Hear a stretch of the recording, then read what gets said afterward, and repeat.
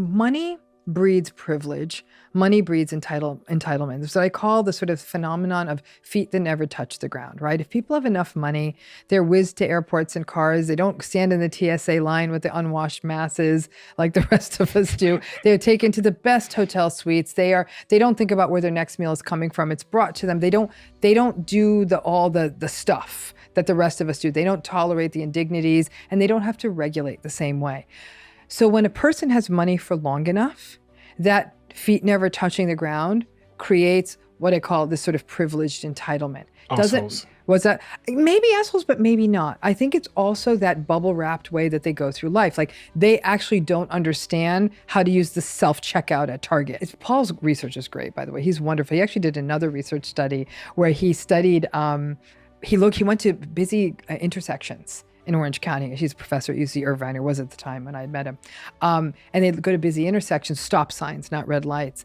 And he found that people who drove luxury cars were far less likely to make a full stop at the stop sign and compared to people who had more sort of, middle level cars. I mean, it was fascinating. So there's at least a dozen published studies that show that narcissistic people drive more dangerously. So it's an interesting kind of an accumulation. But per the money part, I don't believe, like if a person was a full grown adult, 30, 35 years old, and they were an agreeable, warm, self-aware person, and they made a lot of money, okay?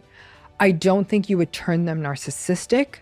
I do think you might undercut that self-awareness because they may be sort of pulled out of the world that the rest of us live in. So there might be unrealistic expectations for how the world, like, why are we waiting in this line? I'm like, well, that's because what we do is wait in this line because they've come out of it, but they're not cruel about it. They're not like, why are these dumb people making me wait in line? So it's not a dismissiveness. It's almost like, how is this so inefficient? There's like a disconnect, I guess. So I wouldn't say money.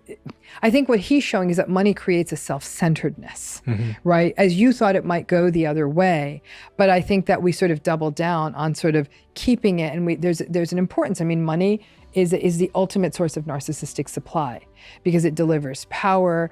It delivers admiration. It delivers a greater likelihood of getting sex or getting laid. It delivers all kinds of stuff. So for a narcissistic person, the quest for money is the surest quick ticket way to get this thing called narcissistic supply. So you'll often see them attempting to do that by any means possible.